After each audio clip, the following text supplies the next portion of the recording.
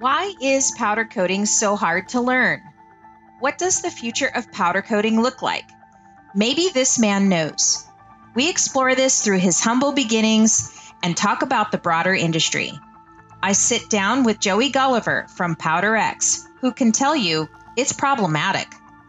But that doesn't stop people from lining up to hear what he has to say or find out in his powder coating course. After all, he is the face of custom coating. He offers training and equipment for people that want to start a powder coating business, bring powder coating in-house, and grow an existing business. Today, we're all going to be Powder X students.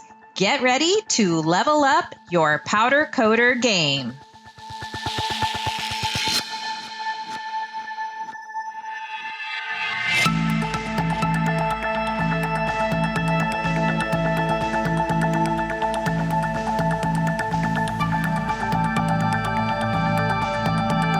Welcome to RossKote's Powder Coater podcast. I'm your host, Kim Scott.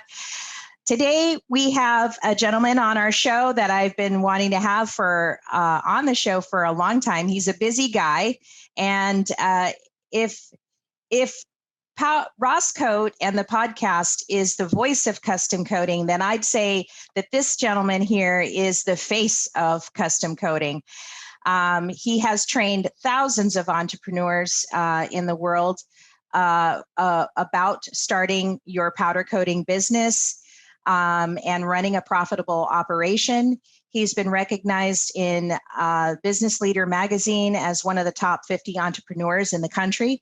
And he was selected by NASA to help them and consult them on powder coatings for the Space Shuttle project. He's also been featured on Power Horse, Muscle Car, Power Block Trucks, Extreme 4x4, and Spike TV. So we're happy to have Joey Golliver of Powder X on the show today. Welcome, Joey. Hey, how you doing? Good. So where are you based? I am based just outside of Nashville, Tennessee, in a I say small town. It's actually rather large, Murfreesboro, Tennessee, but we are based in Middle Tennessee. Awesome. I've been interviewing a lot of people. Like I know Black Label's there, Reno King is there. There's a lot of stuff happening in Tennessee. I'm kind of curious what's going on there. You know, I don't know. They say the county that we're in is I think it's supposed to be like the fourth fastest growing county in the country. And I can tell you that the roads and the red lights and the traffic signals and everything haven't caught up to the people that are here, because it's a little crazy sometimes. But it's the weather's it's not as hot as Florida, whatever. We have no state income tax. So, and everybody's still, it has that Southern friendly sort of vibe and things going. It's pretty good taxing things like that for business. So, yeah, and I guess when a lot of the lockdown stuff started and this, that, and other, Tennessee obviously had their share of stuff, but it wasn't quite as bad as other areas. And I think that probably led to a lot of it as well. But, it's not too bad. It's not a bad place to be. And the weather's kind of not too cold, how's the winters there? The winters aren't that bad. We may see now. Why I say the winters aren't too bad. I got snowed out a few weeks ago when the ice storm hit. I have a daughter that plays college softball, and she was. I was at a tournament in South Alabama when the ice storm come through Middle Tennessee, and I called the offices and called home, and they said, "Hey, there's an ice storm." And I said, "Then I'm going to Florida, and I'll go visit some customers in Florida. I don't do cold very well." But typically, you don't really see ice. You may see snow once a year, once every other year. Not that bad. In the summer, it gets pretty hot. It's hot. And it's humid and all those fun things. But you don't really have it's not as hot as say Arizona, and then. In the winter, it's not as cold as, say, Colorado or whatever. So you have seasons. So, but not too awful bad. It's kind of middle of the road all the way around, I guess.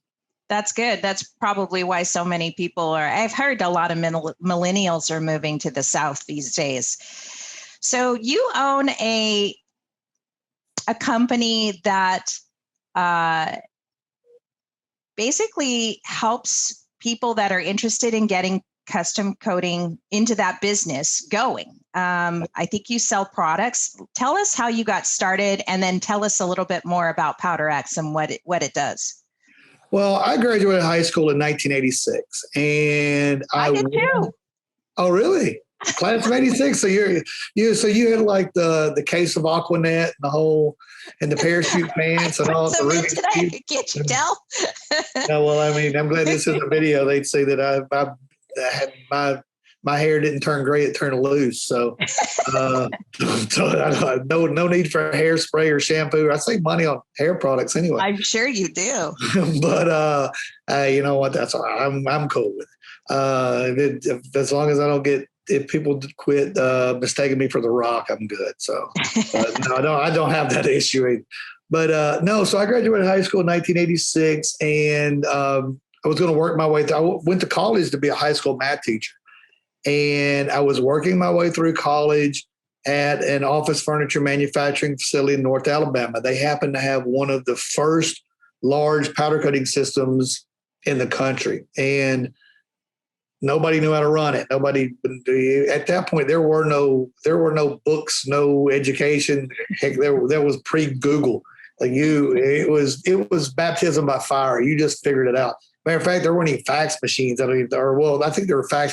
There weren't cell phones. Obviously, there right. I don't even know in the late '80s if we even had the pagers at that point. But we had computers and pagers. Yeah.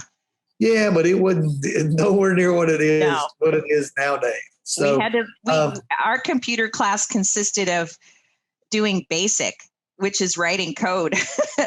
Yeah, like I had a project, I believe it was my senior year in high school, that I graduated with maybe 100 people. And for one project that was supposed to take months to do was put in everybody's name and make something that would alphabetize them. I'm like, man, you can do that on your phone. Like Siri will do that for you nowadays. It's crazy. Today they teach applications, right? They don't even teach them code. Yeah. Oh yeah, that's how much the world has changed, people. Oh my God, it's you just actually have to. I remember the first fax machine that I saw. I was sitting with somebody, and we kept putting the paper in. You type in the phone number, and off it'd go. And then we're like, well, it must not be working because it keeps coming out the other side of this thing. So. Not knowing that we're just saying the same guys 100 times over and over to the folks. It's crazy how it goes. But no, I was going to college to be a high school math teacher and working my way through this one. And I was promoted rather quickly to be a supervisor doing this coding stuff, and I took it upon myself to go out and I talked to powder suppliers. I talked to chemical suppliers. I talked to a lot of people. It's like, how you got to redneck this down to make sure I understand it. Like if I'm going to run this, I'm going to do it right. And so again, it was baptism by fire to sort of learn how to do it. When it come time to get out of school, get out of college, I was offered a consulting job through one of the guys I knew in powder. Like, by the way, here's a company that's willing to pay you X amount of money, which was more than twice the amount of what a teacher made, to come do like a 1-year contract, to do a consulting contract to help them set up a powder coating venture. And I was like, okay, well, I'll go back and I'll always go back and teach. Hell, I'll go do this for a year and we'll get this taken care of. And then 1 year led to 2 years, led to 3 years, led to 4. And so I started doing consulting. I got into owning some powder coating facilities. I partnered up with folks, did all that. And then in 2000, I met the gentleman who started the Linex Corporation. That's why we're called Powder X. So if anybody doesn't know, Linex is basically franchise truck bed lining. Right. Things. Yeah. So the original business plan where we were going to start franchise powder coat shops across the country. And so I wrote all the marketing manuals, the operations manuals. I wrote the how to open a powder coating business, all the books, all the manuals, all the everything that would be duplicated, just like if you bought a franchise. Right. But then through our discussions, couple things happened with Linex, and in learning that, because Line-X is still in its infancy a little bit, in learning that the franchise laws are different in every state. So they were facing some challenges, and then we were facing challenges because let's just be honest, with a franchise, all of your income and your business growth is not when you're selling somebody the franchise, it's in the consumable side of it. So like with a Line-X or whatever, it's in that chemical it's not in the selling the business, it's in you buying the chemical. If you buy a McDonald's franchise, you're buying the buns, you're buying the meat, you're buying all that. So it's the purchasing of those consumables. And there was nothing really proprietary from a powder coating standpoint. You could buy powder from 100 different, at that point, 40, 50 different people, probably several hundred at this point. So there was nothing really proprietary that you could do. And so we stepped back and looked at redoing the business and said, okay, where is there a hole? And the hole at that point was people were selling $1 million powder coat systems, but the blue collar entrepreneur that wanted to open a business and do it, there were no batch systems. There were no batch packages. We were the first people in the country to offer batch ovens and batch things all packaged together. But to me, a large part of it was it's not just about selling somebody the tool and then you pat them on the back and wish them best of luck. It was like, okay, for one thing that I've always thought about from a business, and I think every business needs to do this, is what's your unique selling point? What makes you different than everybody else? Because if you walk like everybody else, talk like everybody else, act like everybody else, look like everybody else, then it comes down to price. So why are you different than everybody else? And minimal viable product. Right. I tell people in our seminars all the time, I'm like, we can go to local chain restaurant down here and get a steak for $10, or we can go down downtown Nashville at one of the fancy restaurants and get a steak for $50, or we can go to Vegas to Gordon Ramsay's place and you get one for $150, and it's the same cow. It's how it was marketed and how it was branded and set up. And it's what makes you unique. And so to us, what made us unique, what our decision on what we wanted to do was help people take that tool and go make money with it and become successful with it. So yeah, that's kind of how we got to where we are and what we do. And then in 03, 04, I think it was, I got an offer to go to teach some classes at the NASCAR college over in North Carolina. And so a few times a year we were offering that thing, and it was starting to, and they come to us and like, hey, we're out selling this, like we can't do this here. And so we decided to take that out of there and bring it in-house and start doing it here. And now we do a seminar probably about every 6 weeks. We average anywhere from 40 to 70 people. It just depends on what, and they're always sold out. It depends on what from the hotel standpoint of how many seats they'll allow us to have and do that whole deal. And then we do that. So we do one day in a hotel type setting. The next day we go to an actual functional full-blown powder coating facility. The one we go to now is really cool. The guy 3 years ago was sitting in our class, was driving a food truck, said, I want to do something totally different. This sucks. I hate getting up in the mornings, doing this whole thing. And now owns a multi-million-dollar business that we worked the deal out with him. So we bring them, and then on Saturdays we bring people in and go, look, this dude 3 years ago was this is what he's doing. And then he helps show people what to do. So is that Borotech? That is Borotech, yes. Yeah. He's on the powder coating near me directory that I started. So he's good. He is, I looked at his facility or his website because that's part of what we do is verify the links. And I was just amazed at how big that facility is. It's a crazy. 3 years ago, he started in a building beside his house that, hand to God, there were cows and a donkey. It's funny because powder coating is not when you start a business, a lot of times people say location, location, location. And powder coating is not a location business because it's not an impulse purchase. nobody's driving by and goes, "Oh my God, a powder coater!" Whip in because I've got stuff. I have stuff in the trunk, but I need to get done today. It's not like driving by Dairy Queen or whatever. It's an impulse, right? Basically, for me a lot. But yeah, it's not an impulse thing. So this guy, he was out. I've been to his old place at his house probably a dozen times, and I swear I have to GPS it every time. I still can never figure out which barn to turn by and which cow to go by and whatever. But he started it out there, and it just blew it up because he did it right.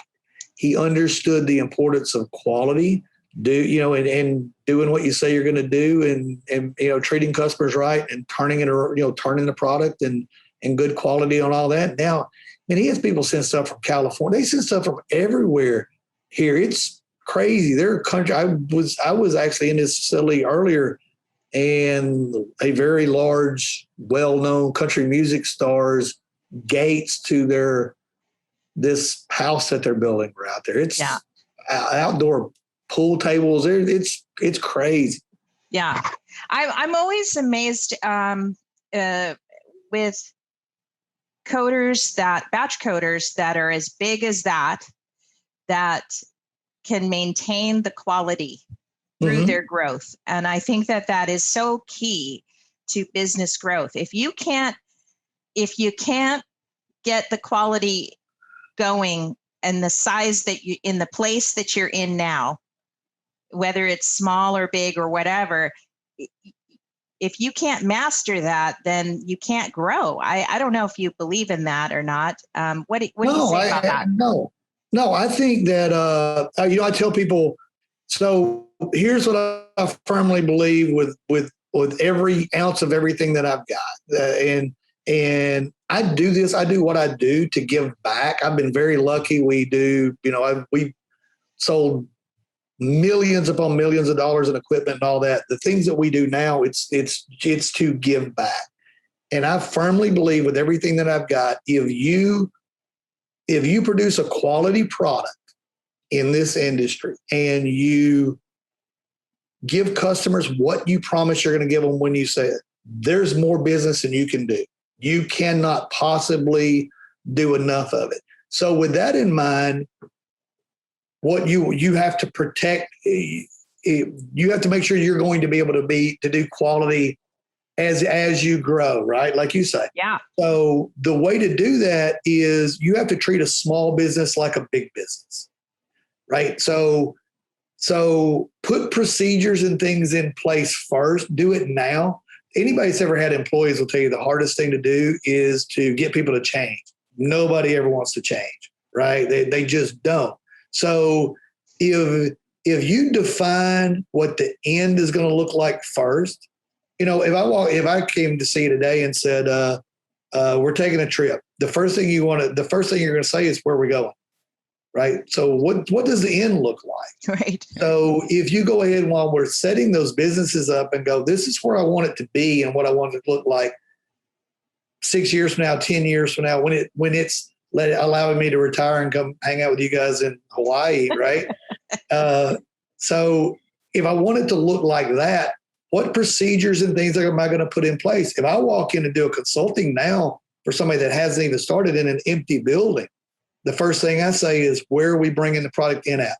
Where are we taking it out at? Where are reworks going? How are we going to process these things through here with the least amount of movement, with the least amount of non-value added movement taking place? And they'll go, but it's just me and my buddy, and we're just getting started. And like, that's great, but that's fantastic when you're doing $1,000 a month to start for your first month. But what are you gonna do when you're doing 10 and 30,000 and 70,000 and 100,000? Like, you put these things in place now, these mechanisms in place now that won't force you to sacrifice quality and customer service later.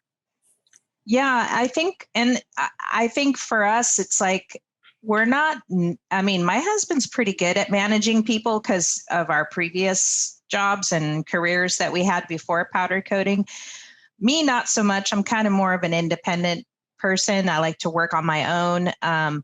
So it's hard to kind of balance if you do grow, how do you maintain that quality through growth and pass that on to your employees? Or, and I think that's why there's so many single member LLCs, Right. because they just know that they can control what they can control. And it's great if they've reached that level where they're booked out months in advance. There's a few that have come on the show that are, that have that problem, if you want to call it a problem, or that solution, to stay busy through the winter and, year round, literally. But for those, there are these other kind of coders that kind of do want to start in the garage, but then want this bigger picture, and how do we, where is the training for that? Where is the growth training for that, the strategic planning you need for that kind of level of growth? Because it's easy to stay in your garage or stay in a commercial building and just be you, and maybe have one other guy helping you out, if that. But how do we get these guys from the garage to something much bigger, like Borotech, Yeah, and that's what we do in the seminars. Is the first half of the first day is a lot of how to, and a lot of, God, I love Google and the internet's fantastic, but there's so much misinformation about how to do this and how to do that. And everybody's an expert that just whatever. And it is what it is, it is what it is. So, but we spend that first half of the first day going through a lot of that. And then when we come back from lunch, a lot of it is it's much more business related, and it's like I tell all of them, you've got to decide what makes you happy. Jason, now they're doing 6 figures a month, well into 6 figures a month. And he would tell you, if you call him and ask him, he could double tomorrow. He literally could double the amount of business tomorrow. It would cause adding people, whatever. The place they're at now that's their happy spot. That's where they sort of want to be at. And they're like, I don't want to have 40 employees and be doing this thing. But that's okay. There's nothing wrong with it. There's nothing wrong with the one man, single member, sole proprietorship that's in his garage doing it. If that's what makes you happy, that's okay. But you have to know what that destination is going to be, so that every step that you take is at least moving in the right direction of where you want to go. Right. Being strategic about it, Absolutely. Planning it out. Yeah. Yeah, I agree. I think there's definitely a need for more of that, like the business strategy stuff, and you could probably get it locally. I mean, we've done as much as we could locally, trying to get into, SBA programs and stuff like that talk specifically about, just general, you're maybe with a group of different kinds of businesses and stuff. I know I've done that. But it's nice to have a company like yours that specifically talks about powder coating, because there are so many specific needs that powder coating, and so it's just so unique compared to the average manufacturing company, I guess. I don't know. Maybe I'm skewed. Yeah, and you don't market and you're a marketing expert, and you don't market a restaurant doesn't market the same way as a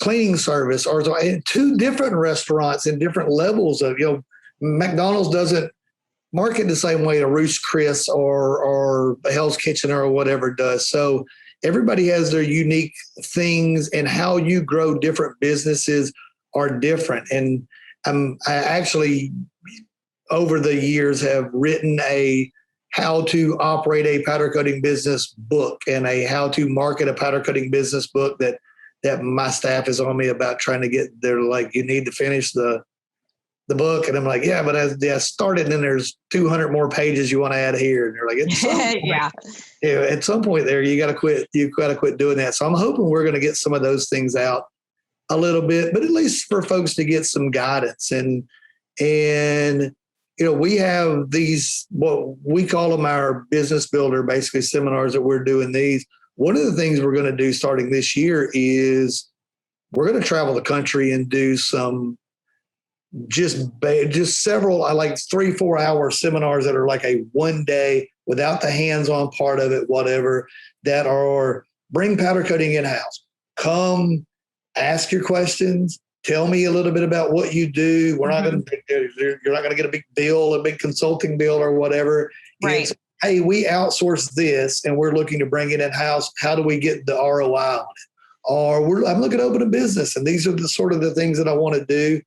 And we're just going to use that as an opportunity to give back. Those will be out on like all of our social media platforms and our websites and all that here as soon as my staff figures out where we're going, because I just go where they tell me to go. So they'll tell me where to go and what to do. So as soon as they get all that figured out, I think a lot of it, as the COVID things start to ease up, some of it is with group sizes and where what different cities will allow and all that. And then they've been doing market research on where the concentrated areas are. Where's the best places to go? Because they told me I'd like Oahu. I heard it's Tennessee, but yeah, I'd be like, we're going to Oahu and in the Bahamas and everywhere warm and islandy. They'll put me in somewhere like Montana. I don't know. You're looking more tan than me these days. That was a little Tampa trip a few weeks ago. So yeah, everybody's heading there this week. So yeah, I think that's so you're talking about like an intensive course or something that is where you're just maybe it's a group setting, but you're working with people more one-on-one to solve their individual questions and needs. Yeah, we want to do if they're going to go into it or not. And we want to do something that are a little smaller. But one of the things that I also do is in the seminars that we do, the last thing we do on day one is we pull up a folding table. All the microphones are off, all the overhead projector things are off. We have everyone sitting in a large horseshoe, and it's like, we're not leaving here until everybody's questions are answered. I don't care what it's about. It's a fire away, ask me anything you want to ask, whatever. And then when that's over, if you were uncomfortable asking your question, then pull me to the side. I'm not leaving here until everything's answered. Yeah. And that's just the way you give back to folks. Yeah, definitely. And we'll sketch out people's buildings on a wall, or we're on cocktail napkins with drinks, trying to figure out how helping people price jobs, whatever. So it's because you don't know what you don't know until you know it, right? And and it's fun. What the new guy? That's what's fun, right? And you see that with what you guys do. That's the exciting part. It is. I think that. I guess I get a little passionate or bothered under the collar, I guess, when I see Powder Coating Institute. I don't want to pick on them, but I will at this very moment. They talk the talk, but I don't know if they walk the walk. And I know under Kevin, I think they'll get better, and they've got some other not problems, but they've got some other solutions that they're trying to get through in the committees and stuff for the greater industry. So, there's no judgment or anything. I'm not trying to get too harsh with this, but I know that, they want more custom coaters in their group. And that's great, but I don't see any effort to incorporate or make it unilateral or equal for all, or reduce the cost to get more individuals involved. And I think more people would be involved if they understood it a little bit more than just this overarching authority that has no connection to the people that it serves or is supposed to serve. Yeah, I mean that in the lovingest way, Kevin, but boy, there's a really kind of I know it's kind of well, no. Here's icky. what I say. I don't know that I'm not going to get Christmas cards because of this. But it doesn't really matter. I'm about helping folks anyway. So, there's They could be doing more. Let's face it. They could be doing more. When I started doing this, and this is God's honest truth. So truth hurts sometimes, I guess. But when we started Powder X, and we started selling the batch stuff to individuals and trying to help people come in, we had individuals with certain institutions who we went to trade shows who were consultants and who did some things, and they just come up and said, there's no market in this for what you do. This is somewhat of an embarrassment to the industry, blah, blah, blah. People can't do this in small things and whatever.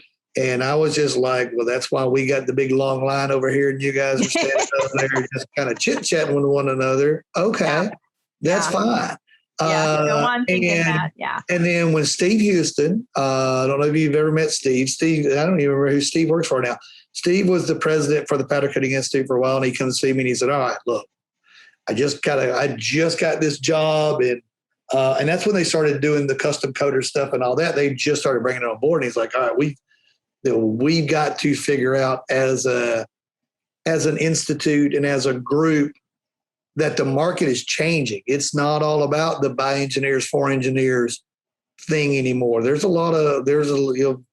Jimmys and the Joes and the whatever, are now starting to do this. Like, and if we don't shift, we won't be here.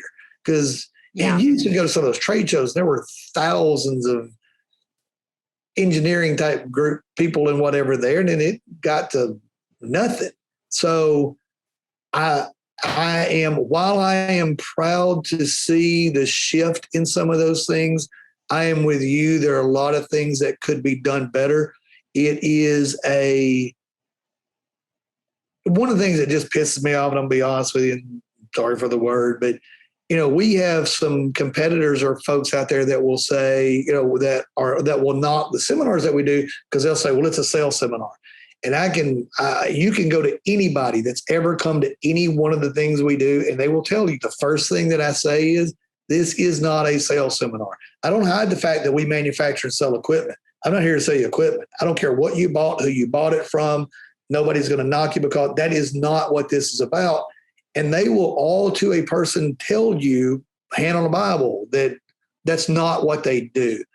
What frustrates me with some of the other things that take place is a lot of them are kind of sales seminars. They just really are. Right. So, I know Sherwin-Williams, is it Sherwin-Williams that had, like a lot of these powder suppliers, and there are various, it's just that there's a lot of gaps in between. There's not an it's either overarching or it's just like, buy my powder. Here's a freebie from our, factory or something. I don't know.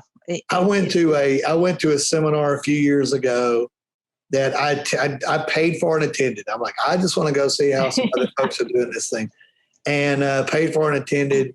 And like the first 2.5 hours, the first segment was about chemicals, and it was like, here's how you make chemicals.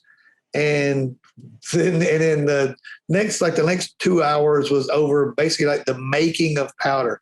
And all these people are coming up to me at lunch like, hey, have I not seen you online before? Like, I didn't see you do this thing on television. They're like, okay, I have no idea what they're talking about. I'm like, dude, I don't either. Like, I don't know where this is going.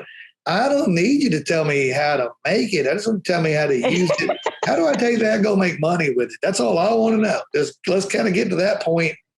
Unless I'm going to start a business making powder or making chemical, who cares? Who cares, right? Yeah, I know.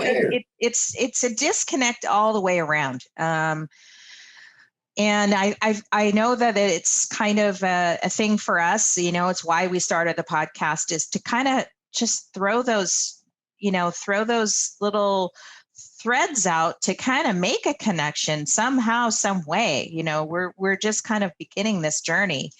We are far away from the mainland, and that's, why we want to make connections with people, places and things, and that's why we're interviewing you today, because this has been a burning question in the back of my mind for a long time, is how are we going to train and continue to train these custom coders if our industry is supposed to explode, by some reports, double in the next 10 years, who knows? But we do know, and I think we can agree right now, that powder coatings are just at the very beginning stages of a huge boom. I can't. I agree.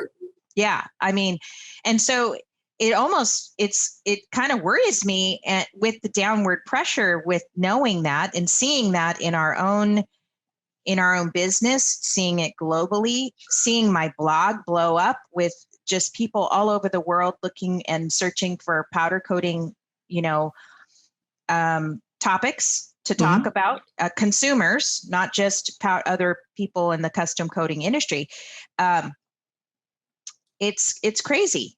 Like, how could you not know it's going to explode at this point? But how are we going to handle that? Yeah, well, and it's somewhat provable. I mean, it's so if you just look at it, so customers now are, number one, they're much more educated about powder coating is much more of a common word now. So people tend to know that it's better. They know that it lasts longer. Customers are demanding more. People are more environmentally conscious now than they ever have been before. So, powder was the original green technology. Powder was green before green was green, and anybody knew what the hell green really was, right? And then the EPA is cracking down more and more on things that get painted and painters and all those different things. So it's growing. It's just and I'm with you that there's the tools for people to have. I mean, I answer dozens of emails and questions a day on Facebook or on different, people will message us on our Facebook page, or we just did a live video not before I came in and talked to you, where a guy just posted a thing up about can I powder coat? Can I carry my old Harley rims to somebody? Can they actually powder coat? I read that you can't powder coat rims somewhere, and then somebody told me you could. I just want to go to. Well, I'm not selling that guy anything. There's nothing, but we'll go in and try to answer those questions.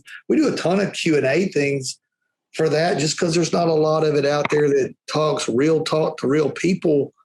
And if anybody can't tell, like, I'm about as Southern as it gets. I got that whole Alabama accent thing going on. We may not talk good English, but we talk good Alabama English. But it's there's just no infrastructure. That's the bottom line. No, there's not, and and people just want the answer, the straight up answer, not the snooty. You have to.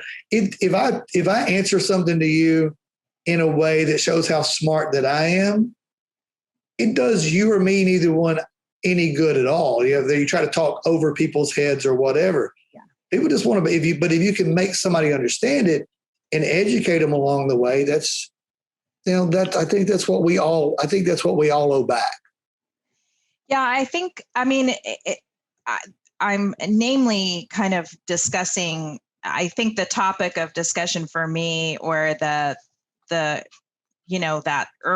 moment of, like, I see their attempts, and when I say their attempts, I mean like the industry's attempts, the greater industry, the chemists, the engineers, they're big business. They're multi-million-dollar businesses. I can't compete. I'm not trying to look at it from, well, we make X number of dollars, and so therefore we're the authority, and, our chemistry department at the University of blah, blah, blah, I don't care about that. That's right. Not my reality, and that's all I'm trying to get, is this equality, or, unilateral understanding that we're all in the same business. It doesn't matter if I'm just coating this pen today and that's all I got going on, or you're doing a million parts for a lawnmower or something in your line coating system. I don't care. I'm just talking about it in general. And so when I read articles like the educational one, and it was a very good article from the assessment of their point of view, but it had no relevance for me other than the fact that they verified.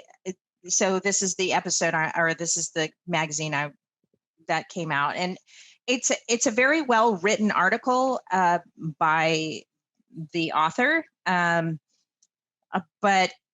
I have other than the really, really good data about millennials and, like pretty much the demographics. I pretty much had a counter argument, or I just deconstructed it. I'm going to have it on another issue, but our podcast. But it just made me realize how still disconnected everything is.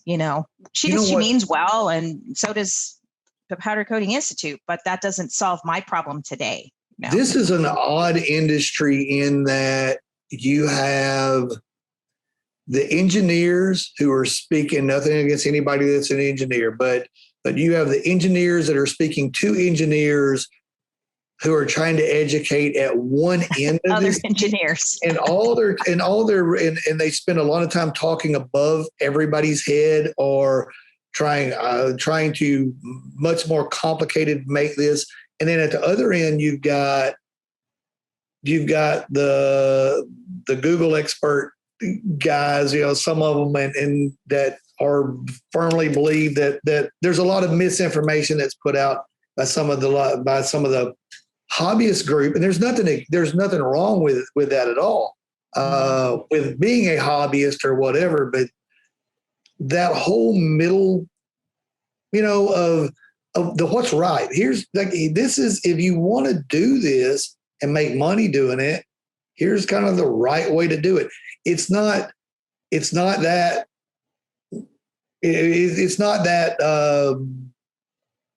lacquer thinner in a rag kind of thing. And it's also not this that you have to have a $100 million,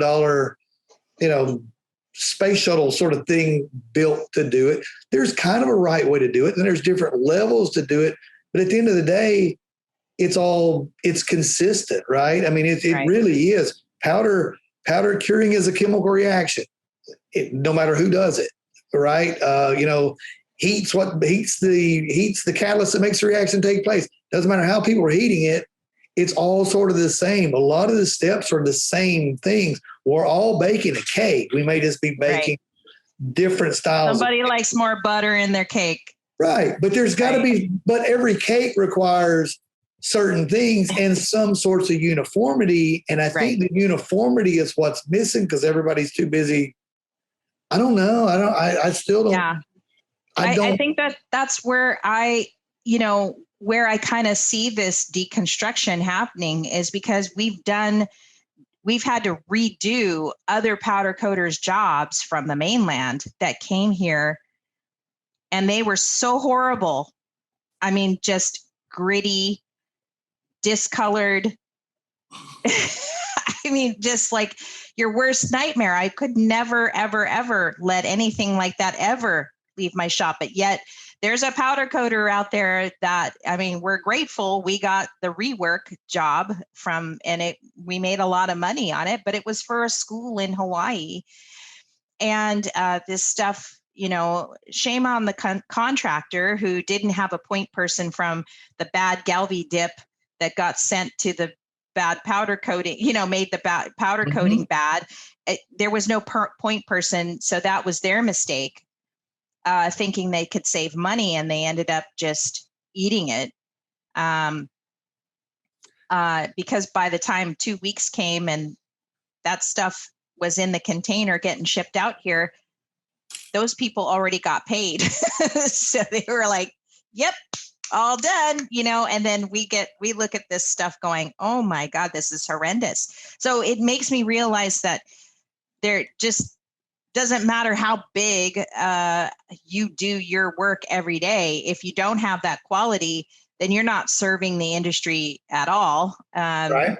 Better, you're not helping the end person, which, in Hawaii, we're very proud of the stuff that we do accomplish here. I could never let anything like that happen to a public school here. There's kids involved. There's, it's just, I don't know, It's just your reputation too. And what's funny is, well, I know what's funny is, so the, one of the greatest things about this industry is also one of the worst. And I say this in classes, and it irritates some people that do this, but I fully believe powder coating is easy.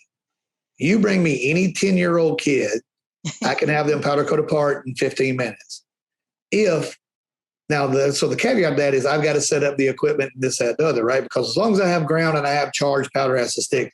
But it's so easy that people can do it that kind of just sort of halfway it, like with the stuff that you've seen, and put things out there that hurt the industry. I've seen folks come in all the time, or I'll get a phone call and they'll go, "Oh my God, I thought this powder coating was so tough and I got it, it's chipping." And I'm like, "It's undercured." "What do you mean it's undercured?" "Well, the elasticity of powder is one of the last things that comes out in the curing process. Undercured powder is very brittle. It's undercured. If it wasn't undercured, you could have bent it in half, beat all flip out of it, whatever, and it would have been great." But just because you go to Walmart and get a rattle can doesn't make you a painter, right? It doesn't. I can go get a skillet and a steak, and I'm not Gordon Ramsay, right? It's easy enough to do, but which again is a good thing, because if you learn to do it right, then it's easy enough to grow it and go do it. But there are also some folks out, like the guys that were sending this stuff over to the school, that hurt the reputation a little bit. So from a marketing standpoint, I think you've seen this. You have to address the pink elephant in the room. Like, you've got to address that, right? And say, this is great. Not everybody does it great. Here's why we're different and how we do it better than the other ones that are doing it. So, yeah. And that's a good question to kind of move forward with, which was, what do today's learners, or maybe learners that come into your realm, what do they need to grasp the concepts and scale quickly? And I guess that's a sort of I'm going for the deeper level question here, which you were kind of leading to. Is like, anybody can powder coat, but can you grasp the deeper concepts of powder coating or applications and what the powder does? I hammer on people all the time in these classes that, to me, the difference between what makes people rich and what makes people broke is in the prep. It's all in the prep. If you ground apart and you point a real powder coating gun that charges, and you have real powder from a real powder manufacturer, and you point it at a part, pull the trigger, and it charges the powder, it's going to stick on the grounded part. If it doesn't stick on the grounded part, it's coming to you, because you're the best ground there is. If it's blue, you're going to look like a Smurf. Like, it's going to find you. It's going to find ground because of physics. It has to find ground. The difference between the people that get rich and get broke, it's the prep. The prep is the most misinformation that's out there by far. It is people. It's the one people skimp on, because they go, must have oven, must have gun, get water hose and a bucket, or and they're always trying to find a way to sort of slip through that one. And I pound in folks to understand, like, if you really grasp the fact that if you do that right, there's more money. You'll get more business than you can possibly do if you do that one thing right. And I think a lot of it is, some people have oversimplified it online and they follow it. And then other people, so from the chemistry standpoint, way, way, way overcomplicate it. And if you're sort of in the middle, it's easier to go to the simplified than it is to the complicated. Like, hell, I'll never understand that. I'll just go do this. And I mean, my favorite question on the Facebook groups is, so I use this acetone on this part. I'm like, What? Where did you hear that? Where did you get that? What? You're like, you don't know where they, but it's the same question.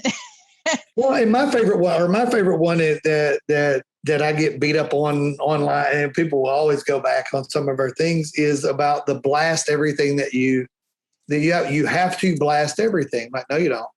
Like, oh yeah, you do. I read somewhere like, no, you don't. So there are major manufacturers in this country that do parts every day that have really expensive engineers that don't blast everything. Right. People blast to etch a part. The chemical will etch the part. There are times you have to blast. And I tell people this too. Like, just because I say it, don't believe it. Just because you read it on Google, don't believe it. So proving it. If you look at any metal under a microscope, it's porous, right? If there's oil on it and you blast it, where's the oil go? It's going down in the pores. And when you heat it at 400 degrees, what happens? It's going to come out. So just blasting doesn't give you, we clean because we want it to look good. We want it to look good. We want it to stick well and last a long time. Looking good and sticking well, you can get, but the chemical is the only thing that gives you that lasts a long time. That's where all the corrosion protection is in making people. I know these folks in these classes I'm sure they get a kick because I hammer on them and I'm constantly going up to them. I'll catch them over to the side, leaning up against something they're coating, because we always let them bring a part and coat it. Like, did you wash that? How well did you wash? Are you sure? They're like, hey, yes, geez, Lord, let it go, Dad. It's like, okay, we got it. I'm like, if you get that, you're golden. Yeah. We actually had someone getting a bid came into the shop or showroom here yesterday, and I'm going on, I'm one of those complicated people where I have to explain, I'm trying to explain AAMA 2604 versus 0305, and it's like, there's a couple of different levels of looking at that rating. And Ross comes in the room, and he's like, look, the reason why small custom coaters blast products is because we don't have all the room for all the dips and the prep, and they have to do this wash and that wash and a triple wash and you rinse here and then because these line coaters, these larger industries, they don't want to blast. They've tried to simplify the process for themselves, so they created the certification level kind of prep. Well, and as a custom coater, you're blasting most stuff anyway because it's not new. It's a lot of it. You've got to get off old paint. You've got to get off old powder. You have to get off mill scale. You have to get off rust. Yeah. So there's a lot of there is a reason of when you have to do it, which is quite often with everything, but it's not an all-encompassing must-have thing. And people read one little, it's like people say, "Oh, you can powder coat wood." Okay, but that's not and they'll make this big all like, well, wait a minute, you're not doing your dresser.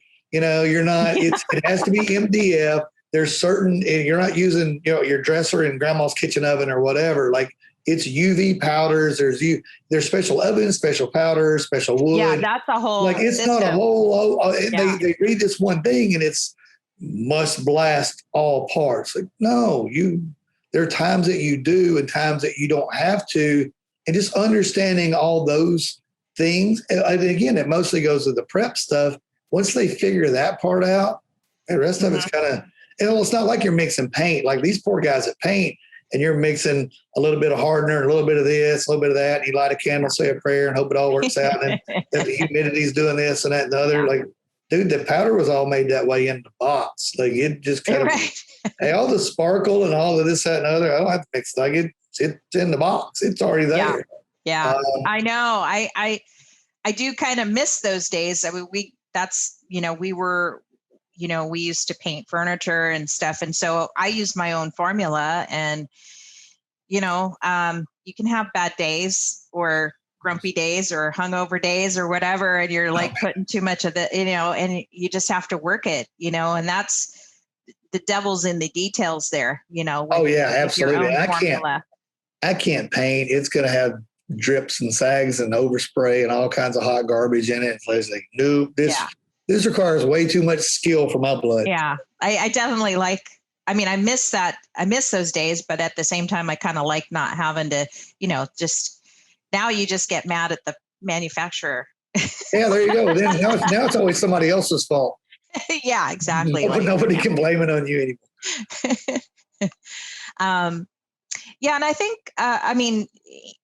I've realized that a lot of, what's changed in terms of people or demographic or learners is that they want the information brought to them.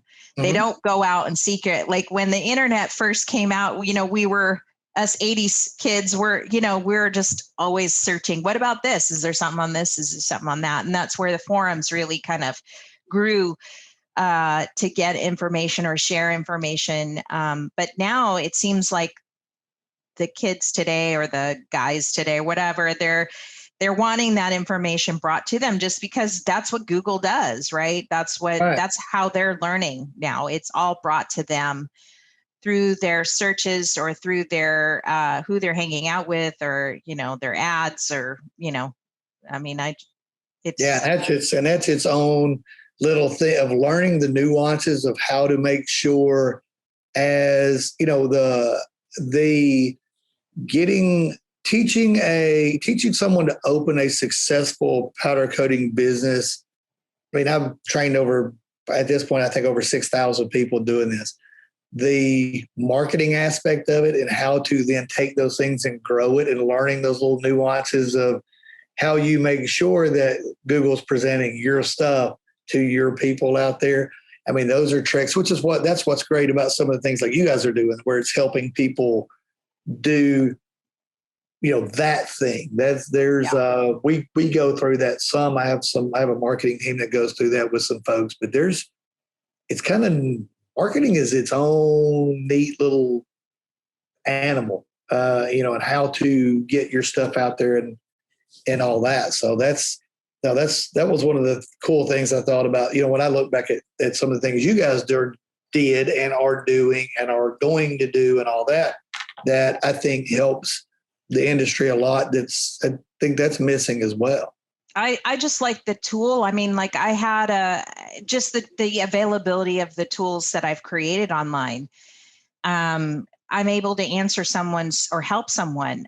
So the other day, not even just like 2 weeks ago, somebody had said something on one of the Facebook groups, and I'm like, oh, well, because they were struggling with finding employees, and he's like, my gosh, we'll pay this person to move here.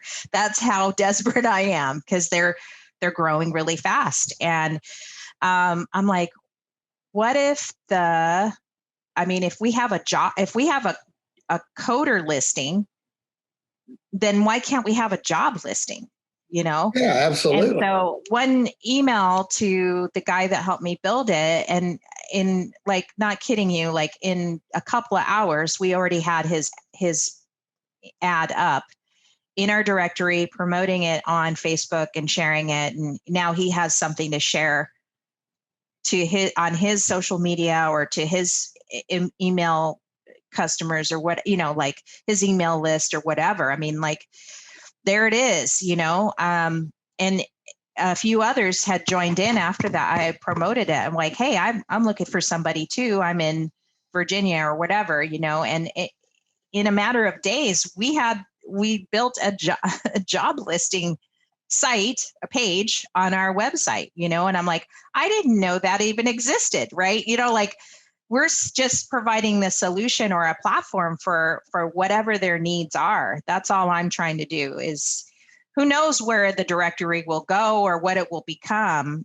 But you know what? If it helps a few people, then that's more help than they were getting anywhere else. So, right. And anybody needs a backlink. Google likes links, like, who knows where that, but it was nice to kind of see that. I guess what it is it's sort of user generated content, right? It's, right.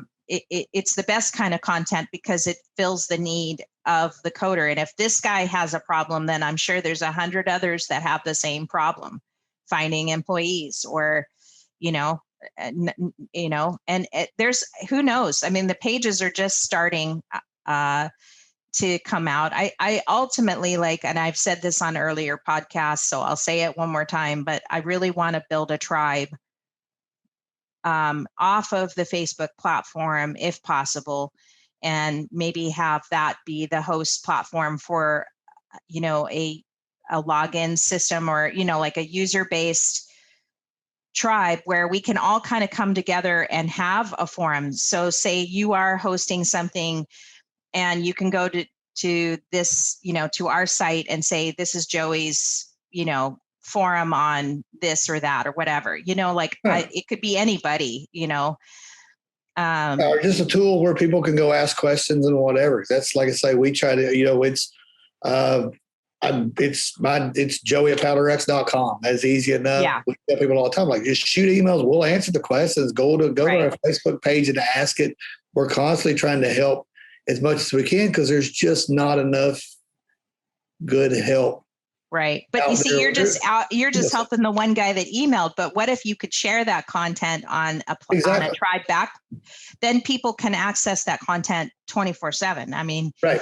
You're helping so many more by just answering the question, and even more so than, the podcast is great. It's helping those that are listening to it. But what about the ones that didn't hear it and still have that question, or still have that, they want to talk about? I agree. So we'll get there. And I think that there should be it's consumer based, but it's really just about just the whole, when we say community, we mean both consumer and custom coder community together, because let's face it, that's the ultimate goal, right? Is to connect with each other. That having the right customer come to you with that perfect job is what you're looking for, right? You don't want the guy that just wants to pay $50 for a rim, and stuff. Oh, here's my husband, Ross. Well, and I tell people in these in the seminars as well, because like I said, we explain to them there are people here that have never seen this done before. There are people here that are opening a business. There are people that are bringing it in-house. There are business owners all the way down to employees for someone else, or not down to, all the way over to. I don't mean to sound disparagingly, but to people that do this for somebody else, that run the full gamut. And I always tell them, talk to one another. There's a reason that I set seminar seating up in a horseshoe.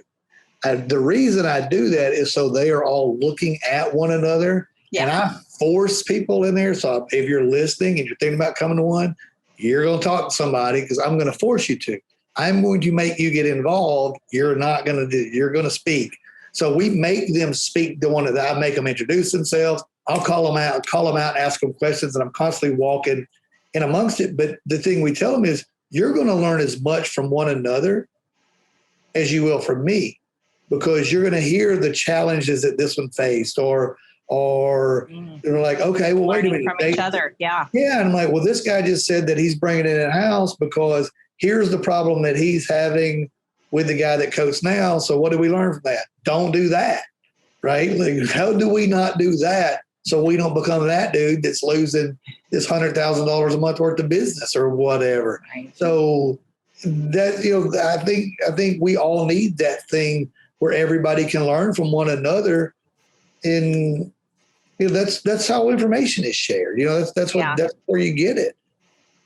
I think if we're really truly looking at the next boom in powder coating, then all of us are going to be rich. Why not share, right? Why get, why hide the secret? Why hide, I don't know, why not be free with the information on technical, understanding the technical better, or fixing your mess ups or whatever, there's, some extent, not, I mean, everybody's going to have their one way of doing something they may not want to share. But I mean, I'm just talking about just general, like, understanding or product sharing, right, or, hey, this worked really well. And like from my standpoint, so the way I look at this and I try to tell folks, I don't coach for a living. So I'm going to give you the right answer. I have no reason to hide anything. Like, no stake in it. Yeah. I have no secrets. I don't really care. I own a few multi-million-dollar companies. I could quit doing this today and be fine and come hang out in Maui. But the fun part for me is the helping watch people grow. That's what kind of keeps me going. So, I just think we need more of those tools that are going to allow people to help one another grow and do it from, like you say, and let it go. And, the ones that they want to hide this and hide that and whatever, like, listen, if you're in San Francisco and some guy in Miami asks you a question, you're not competing for the same business. Just help somebody out. It's like the dude next door walked up and asked you how to hang a part or how you're pricing parts or whatever. Like, work together on it. Like, yeah. You're not getting that business. Yeah. Yeah. I think it's just only got one way to go, and that's up, All right. Absolutely. mean, even despite a pandemic, some of these coders have had the busiest years ever, was 2020. Oh, absolutely. Absolutely. They did. Yes. Yeah. Not so much for us in Hawaii, because we're still kind of shut down, but it's picking back up, and I'm hopeful it's going to continue to do well. We've got quite a bit of a stimmy check bounce or thing. Everybody's coming in to get their rims done and stuff. But I mean, I think in general, I think things are turning around here as the state starts to open up. We're one of the last few, but I agree. I think the way, if we all play our cards straight and right, we should all pretty much be doing pretty well. I just want to make sure that the education is there if you need it, or the retraining is there for you if you need it, or the marketing and business savvy stuff is there, and it just seems like it's you, and maybe, I'm just starting out in this, but there really isn't too much in between all of that going on. I mean, I know the Powder Coating Institute's had their custom coder, or they've got their Powder Coating 101 and stuff, but I see that there's potential for something coming. What it is or how it gets done, I don't know. But what do you see in the future for education in powder coating? I mean, you're pretty much taking the lead on it at this point. Yeah, you know what? We've got some different seminars that are coming up and some new things we're going to add. But so some more things as far as like an advanced class where. And I'm not even doing that when we're actually working with Jason, the guy that owns Burrowtech, to help do some work on like advanced masking and some of those sorts of things. And we've identified, the problem is I'm one dude. Like, we sat down with our staff and they said, oh man, we can do classes on this. We can do classes on this. We do classes on this. And like you all realize I'm married, right? Like I got others, like I can't do these every day. So yeah, there's gaps but that like guys that are doing like what you guys are doing that are going to help people learn how to market and things like that. I think that the growth for a lot of this is going to come. I think you're going to see a lot more people open businesses. Here's what I think. From the pandemic standpoint, I believe that when this happened, I believe it made every one of us step back and look at our relationship with our families, our relationship with our God, whomever anybody may worship or whatever, and look at our business things. Because I know that there were pre-pandemic, there were times that maybe I could have gone and seen my dad or gone and seen my grandkids or gone and did whatever. And then suddenly you can't. And it's like, oh, Okay. And there were times that you probably could have gone to church on Sunday, but boy, the game's going to kick off early and everything. Okay. We'll make it up to Jesus next week, right? Or whatever. So I'll go then, and then suddenly you can't go to church. And it's like, okay, maybe I need to reevaluate that. And then I think from a business sort of standpoint, I think a lot of people realize, hey, my life, how fragile is my life that one person makes a decision that owns this company that I'm at, and suddenly I don't have a job anymore. Or, I don't control my own destiny. And I think a lot of people now are going, wait a minute, how do I gain more control over me and somebody else doesn't do it? So I think a lot of this explosion are going to be the custom coders. I think that market is going to really grow, and people can look around and go, well, there's custom coders now. There's nowhere near as many as you think there are in the area. It is not saturated by any stretch of the imagination, especially the ones that do it right. So that's why I think that part of the market is where I see that's going to be exciting, that over the next 5 to 10 years is going to really, really, really, really explode. I agree. I 100% agree, because that's exactly what I'm seeing as well. And I've seen,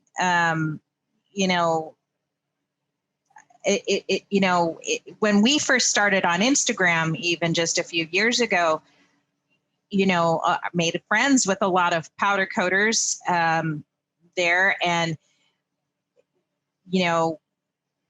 I saw them opening up bigger shops, and I saw them growing into new spaces, and wasn't just upping their gram game. It was seeing them transition and grow and get bigger.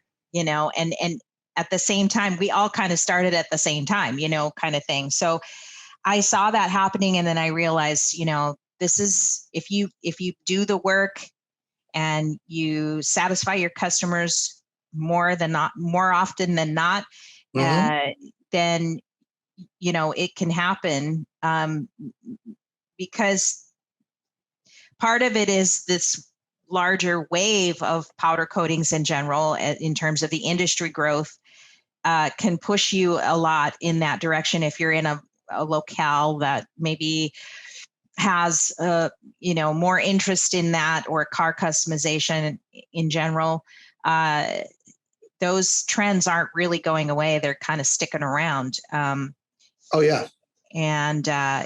there's also just the average contractor who wants something finished right, because their name's going on the building, or the architectural job, or whatever, and they need to make sure that it stays, that it's going to stay, and their reputation will be based on it. So I see that the growth in both arenas, actually, from the bottom up, not necessarily from the top down. I get it. Those people have had that for a long, long time, but I'm telling you, there's something that's growing from the ground up, I believe so as well.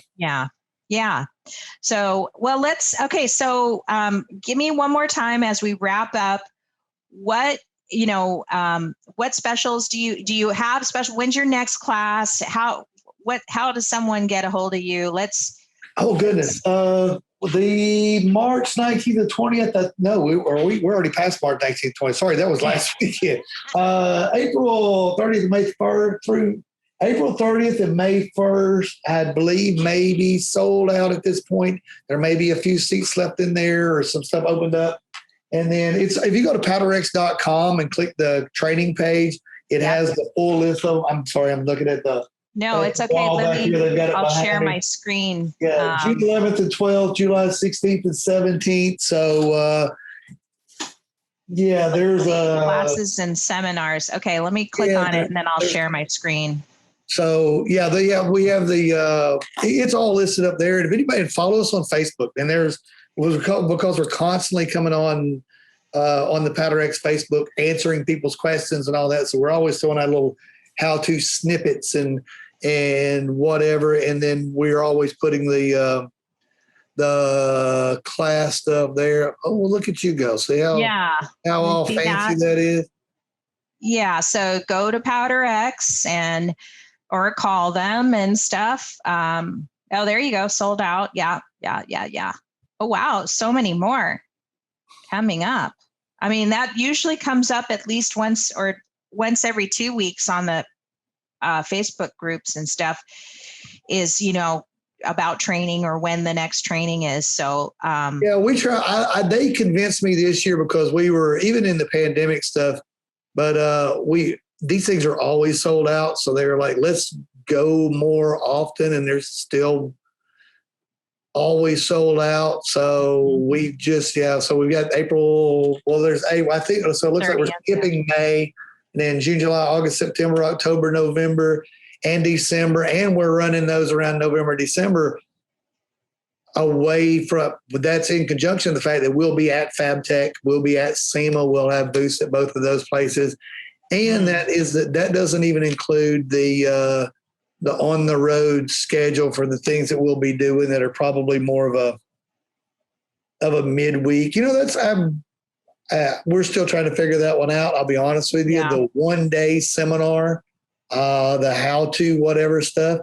Just try to figure out if we're going to do what day of the week to do those on. So I know what. You think SEMA's going to go? Oh, yeah. I think SEMA will this year. Yeah, I think SEMA. I'd like to go. I think SEMA will go more so.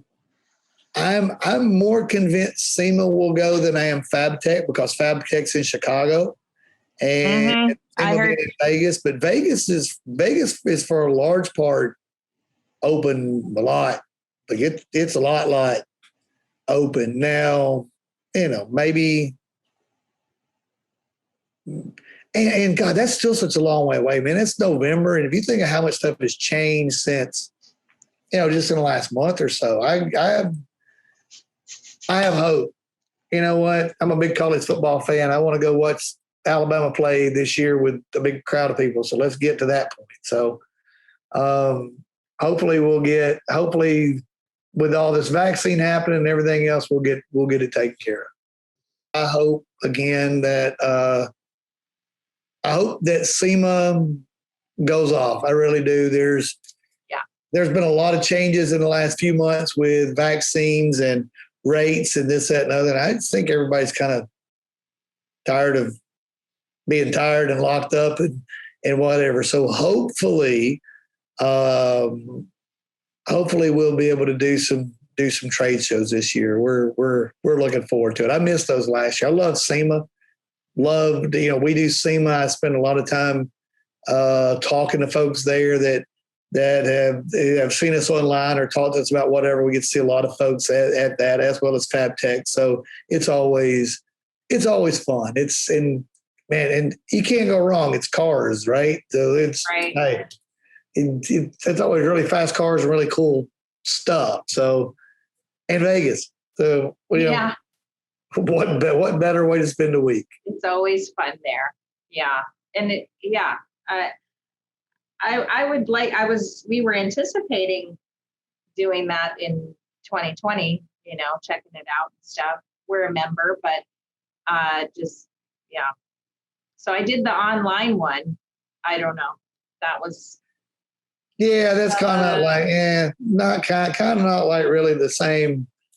It works, but it's I hear you. Like I could have seen all this on YouTube, right? I could have just watched last year's show and walked through it or whatever. So, and to their defense, everybody did what they could to try to. They made an attempt, and to make an attempt at it. Yeah. But that beats hell out of not attempted anything, right? It beats just standing there. So God bless them for trying that anyway. I think for me as a user, it was like they just didn't have the training, or like if you could just train somebody how to go, navigate it, it probably would have been a better user experience. I mean, the platform was beautiful. It functioned. But what happened in between all of that? And then they only left the,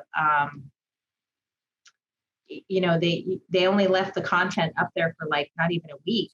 And I was just like, by the time I got back to it, it was gone. And I'm like, all these great lectures and, panels and stuff seemed really interesting to me, but they took it down. Like they didn't even, at least leave it up there for a month so you could kind of come back and watch it. Yeah, but for so much, but for X amount of dollars, you could probably buy recordings of those things. So right? I mean, what's the harm in that?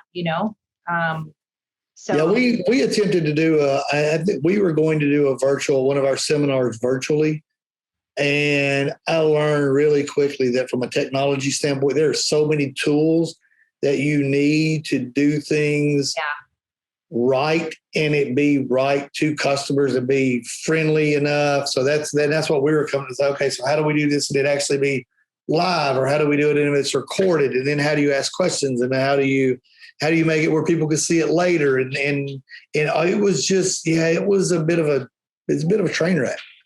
Tried to figure it out, and it just wasn't. Just technology is not my thing. Yeah. I'm about helping people go make money. I'm not. I don't. I get a new phone every year, and I don't even know how to do none of it. I just bring it in and hand it to one of my kids, and like, hey, how about set up my phone or stuff in my car or whatever. They actually help you? I got no help at all. They just laugh, and I think they make it. You as a kid, I taught you everything I know. You can't help me figure out how Instagram works. Yeah, like I've got TikTok on my phone, and I've never ticked nor talk. I don't even know I wouldn't know what to do with any of it. Yeah, I heard a couple of powder coaters are on there now. It's a great buzz generator, I think. I'm not sure about making sales. I mean, so far we finally just mastered just getting Instagram sales going, but I don't think TikTok's for that just yet.